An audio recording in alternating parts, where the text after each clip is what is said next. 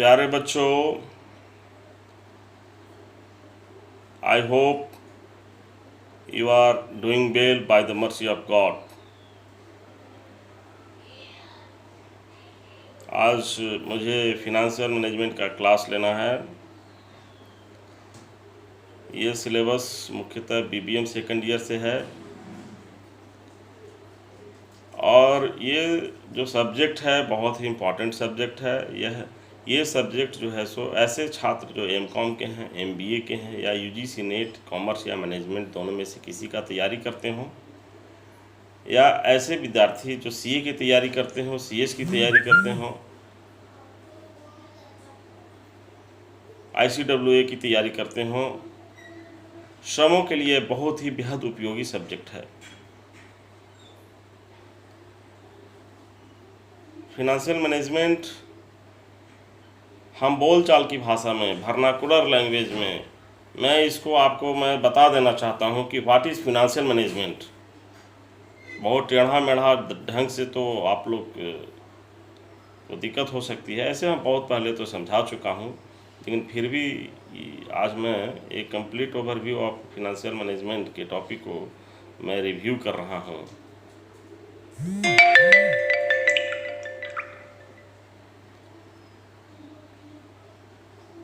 Financial management दो शब्द से बना है, फिनांस और मैनेजमेंट। फिनांस होता क्या है? फिनांस का मतलब होता है रुपया पैसा, फंड होता है, और मैनेजमेंट का मतलब होता है मैनेज करना। मैनेजमेंट जो है सो मैनेजायरा और माइनस सबसे बना है। मैनेजमेंट इसका मैनेजमेंट का रूट वर्ड होता है मैनेजायरा एंड मानुस। मैनेजायरा का मतलब होता है टू हैंडल, मानुस का मतलब होता है to handle. The hand is called management. Hand का मतलब क्या? Man power. मैन पावर को हैंडल करना है। तो यहाँ जो मैन पावर जो हैंडल करेगा वो किस चीज़ को हैंडल करेगा? यहाँ रुपया पैसा को हैंडल करेगा। यहाँ रुपया पैसा कहाँ से आवेगा, रुपया पैसा को कहाँ इन्वेस्ट करना है, रुपया पैसा कैसे जो है सो एक्वायर करना है, कैसे क्रिएट करना है, कहाँ इन्वेस्ट करना है, ये जो है सो फिनेंशियल मैनेजमेंट का काम है। ये फिनेंशियल मैनेजर का काम है। फिनेंशियल मैनेजमेंट को ऐसे इंग्लिश टर्मिनोलॉजी में, इंग्लिश में ऐसे डिफाइन कर सकते हैं। Financial management is those type of activities which is concerned with conservation and acquisition of capital funds to meet the financial needs of the business enterprise। कोई भी बिजनेस इंटरप्राइज जहाँ financial management की बात आती है वहाँ बिजनेस इंटरप्राइज की बात आ जाने स्वाभाविक बात होती है। बिजनेस इंटरप्राइज चल ही नहीं सकता है बिना फिनेंशियल मैनेजमेंट का, because financial management is the life blood of the business. Business का फिनेंशियल मैनेजमेंट जो है रीढ़ है, हड्डी है, आधार है।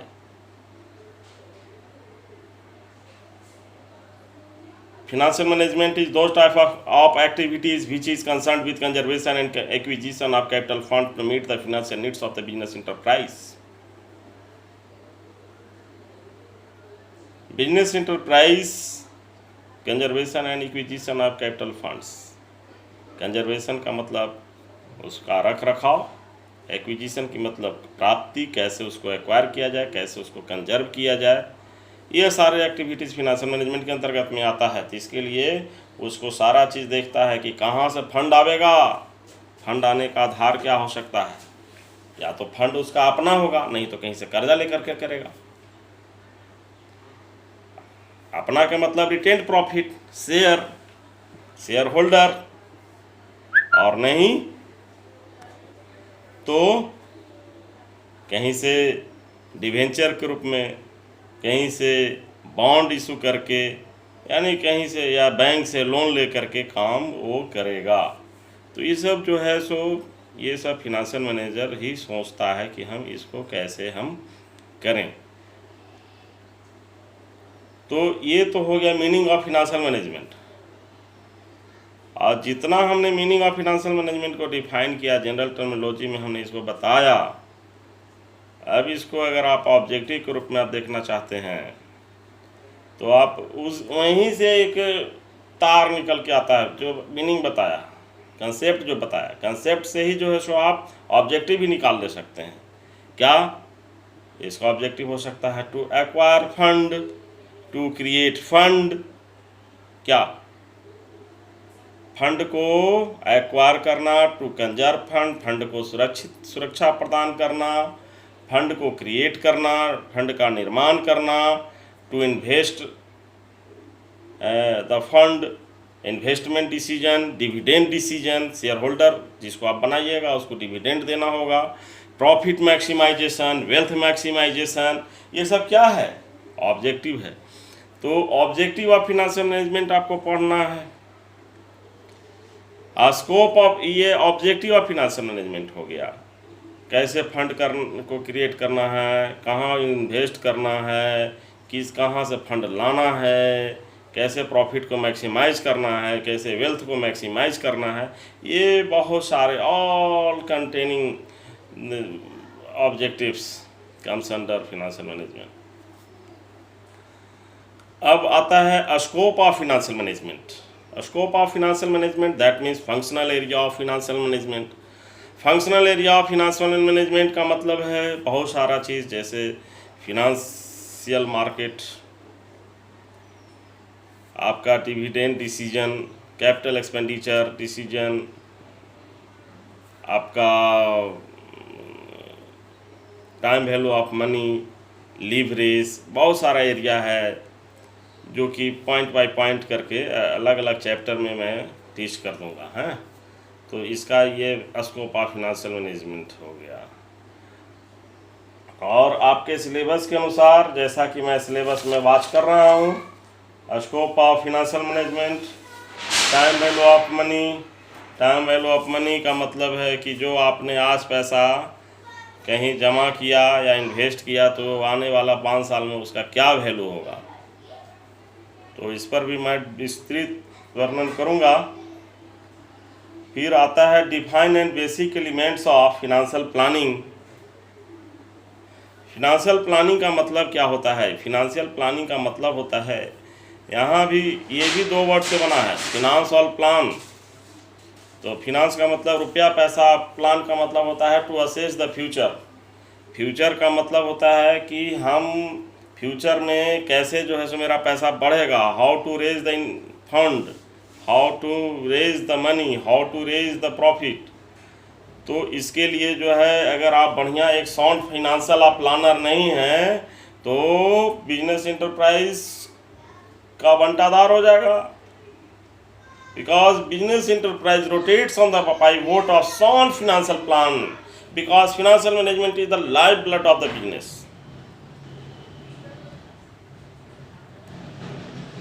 तो कहना अतिशयोक्ति नहीं होगा, financial no doubt, undoubtedly I can say that financial planning plays a important vital role in financial management.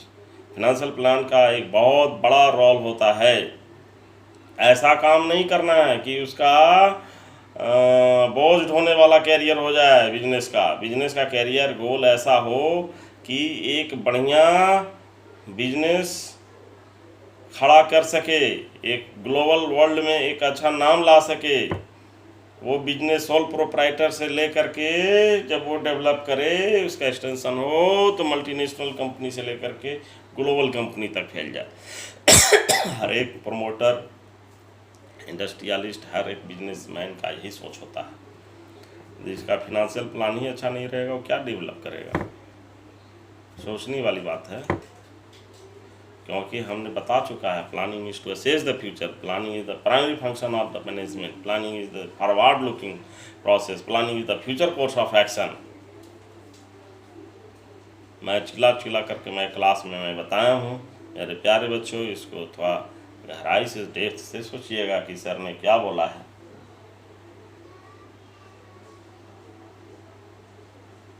फिर सोर्सेज ऑफ बिजनेस फिनांस के अंतर्गत में बहुत सारी बातें आती है फंड को क्रिएट करने के लिए, कि या तो अपना फंड हो और नहीं तो कर्जा लेकर के करे। ये 2 रास्ता होता है। कोई भी आदमी, एक आम आदमी बिजनेस कैसे करता है? या तो अपने पॉकेट से, अपने घर से पैसा लगावे और नहीं तो बाहर से ले। तो ये आम बोलचाल की भाषा में हमने बोल दिया। लेकिन अगर बिजनेस फिनांस को अगर बढ़ाने की बात होगी तो उसके लिए हमको क्या करना होगा, दो बातों पर ध्यान देना होगा। एक पहला, अपना फंड का मतलब अपना फंड रिटेन प्रॉफिट्स हो सकता है, नहीं तो हम शेयर इशू करें। शेयर इशू करने वाली बात भी जो ओन्ड फंड में आता है। और दूसरा होता है डेट फंड। डेट फंड के लिए जो है सो आपको लोन लेना होगा बैंक से, या डिवेंचर इशू कीजिएगा, बॉन्ड इशू कीजिएगा, या और भी कॉमर्शियल पेपर, बहुत सारा जो है सो फिनेंशियल इंस्ट्रूमेंट है डेट फंड का, उसको आप जो है सो यूज़ कर सकते हैं। फिर उसके बाद आपको पढ़ना है equity share capital, preference share capital, debenture, term loan जो भी है, ट्रेड क्रेडिट, बैंक क्रेडिट जो भी है। तो सबसे पहला बात है शेयर कैपिटल। शेयर है क्या? शेयर आप लोग सभी लोग जानते हैं, the capital of a company is divided into equal units are called share. जैसे 1000 रुपया है आपके पास, अगर 100 व्यक्ति हैं, 100 से भाग दे दिया जाए तो एक शेयर का वैल्यू कितना हो जाता है? तो 10 रुपया हो जाता है। तो वही 10 रुपया जो हो गया शेयर का दाम हो गया, वही फेस वैल्यू हो गया। शेयर आप लोग जानते हैं, शेयर 3 तरह से इशू होता है, issue at par, at premium, at discount. तो ये 3 तरह से शेयर इशू होता है। और शेयर भी 2 तरह का होता है, शेयर कैपिटल 2 तरह का होता है, इक्विटी शेयर कैपिटल और एक preference share capital. Share capital बराबर equity share capital plus preference share capital, दोनों का मिला जुला हुआ चीज़ होता है। Equity share capital, equity shareholder, preference shareholder, सारा चीज़ में जब एक एक चैप्टर में डील करूँगा तो मैं बताते चला जाऊँगा। अभी मैं ओवरव्यू ले रहा हूँ। डिवेंचर, शेयर डिवेंचर में आप अंतर समझते होंगे। शेयर जो है सो बॉन्ड फंड है, डिवेंचर जो है सो डेट फंड है। डिवेंचर शेयर में जो है सो डिविडेंड मिलता है, और इसमें डिवेंचर में, शेयर में क्या मिलता है? प्रॉफिट मिलता है, प्रॉफिट का हिस्सा मिलता है, डिविडेंड मिलता है। और डिवेंचर में क्या मिलता है? इंटरेस्ट मिलता है। अगर कंपनी डूब गई तो प्रॉफिट नहीं भी मिल सकता है, आप प्रॉफिट का आप हिस्सेदार नहीं भी हो सकते हैं, लेकिन कंपनी के डूबने और बिजनेस को डूबने से डिवेंचर होल्डर को कोई मतलब नहीं है। वो तो उसको तो चाहिए पैसा, उसका जो ऋण पर प्रपत्र होता है उसमें लिखा हुआ रहता है साफ कि इतना रेट से जो है सो मैं शेयर इशू डिवेंचर इशू कर रहा हूँ। क्लियर? फिर उसके बाद आता है ट्रेड क्रेडिट की बात आती है। तो ट्रेड क्रेडिट में सबसे पहला चीज़ आता है कि what is credit. Credit terms refers to the condition under which the supplier sells on credit to the buyer and buyer is required to pay the credit। इसमें क्रेडिट में क्या होता है? क्रेडिट का मतलब होता है उधार कोई भी चीज़। सप्लायर जो है सो जूनियर अपना दुकानदार को, कस्टमर को पैसा देता है, ये पैसा कर रहे हैं, सामान देता है उधार पर, और 2 महीना 3 महीना जो भी है उसको टाइम देता है कि हाँ इसके बाद जो है सो तुम बेच करके अपना पैसा देना। तो ये क्या है? क्रेडिट है, साख कहते हैं हम लोग बोलचाल की बिजनेस की भाषा में, साख। बिजनेस में विश्वास पर ही बिजनेस चलता है, क्रेडिट पर बिजनेस चलता है, गुडविल पर बिजनेस चलता है। जिसका कोई क्रेडिट नहीं है तो उसका ट्रेड क्रेडिट खराब है। तो उसी प्रकार से ट्रेड क्रेडिट में भी वही बात होती है।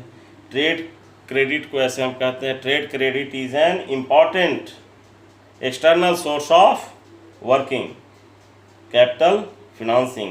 It is a short-term credit extended by supplier of goods and services in the normal course of business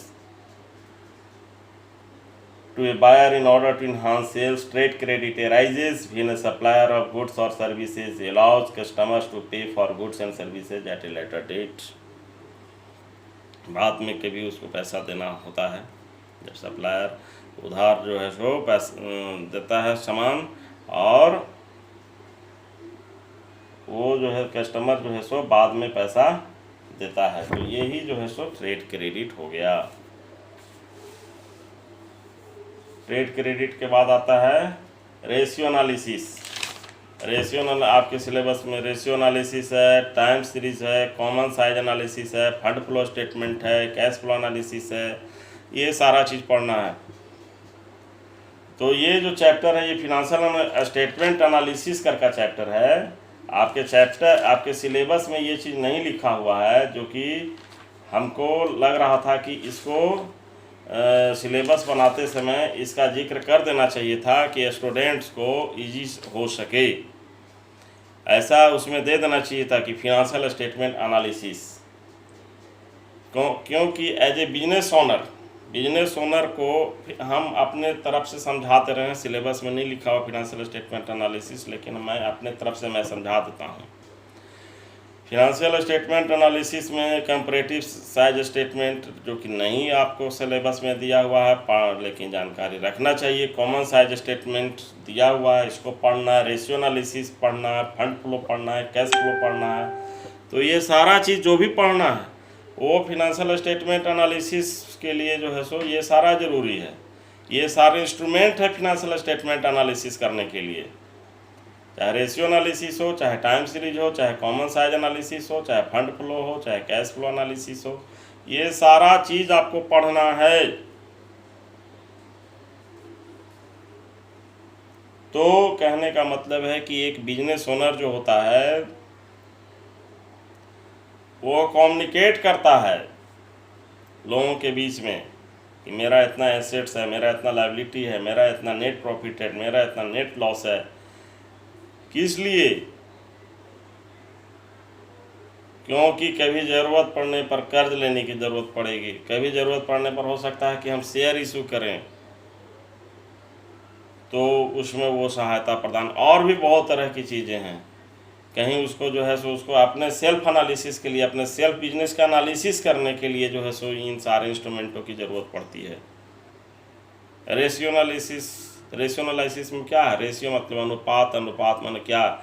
माने कितना मेरा प्रॉफिट हुआ, कितना मेरा लॉस हुआ, 1/4 भाग हुआ कि 1/2 भाग हुआ, कि बराबर बराबर प्रॉफिट लॉस है, कि ब्रेक इवन पॉइंट पर है, कि प्रॉफिट ज़्यादा है कि लॉस ज़्यादा है। इसकी तो जानकारी रेशियो एनालिसिस से होगा।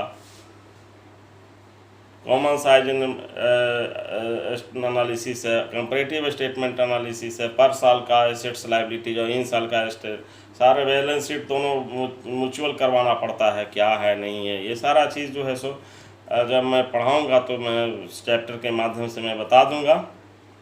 ये ओवरव्यू है सिर्फ। Fund flow, cash flow analysis हम आपको सारा चीज़ बताया हुआ है, ओवरव्यू दिया हुआ है, लेकिन आपको मैं फिर से मैं अवगत करा देता हूँ। फंड फ्लो में क्या होता है? फंड फ्लो जो होता है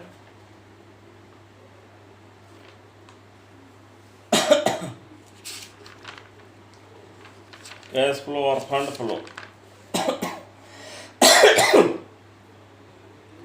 fund flow is a statement showing the changes in the financial position of entity in different accounting years।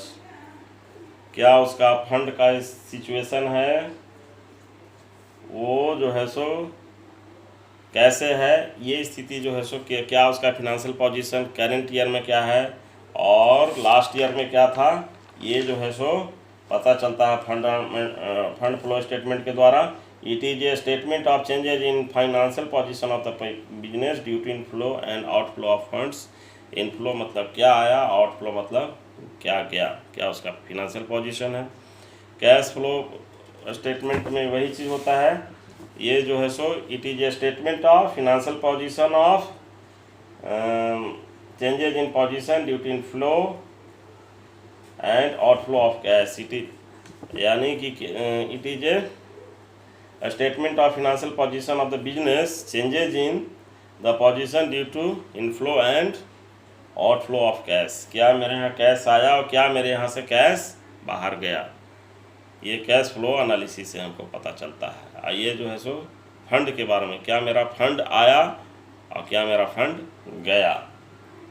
General बोलचाल के भाषा में कैश फ्लो को आप समझ सकते हैं। Cash flow statement provides information about receipts of cash and payment of cash. तो रिसीट ऑफ कैश क्या हो गया, इनफ्लो हो गया, पेमेंट ऑफ कैश क्या हो गया, आउटफ्लो हो गया।